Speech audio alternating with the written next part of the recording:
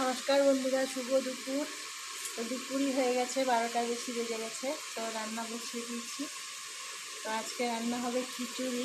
বাবা হঠাৎ করে বলছে খিচুড়ি খাবে, তো ওই জন্য খিচুড়ি হবে। খিচুড়ি, আলুর দম, আর পাঁপড় আছে, বেগুনও আছে, যেটা হোক একটা ভাজা হবে। তো অনেকটাই বেলা হয়ে গেছে, 12টার বেশি বেজে গেছে।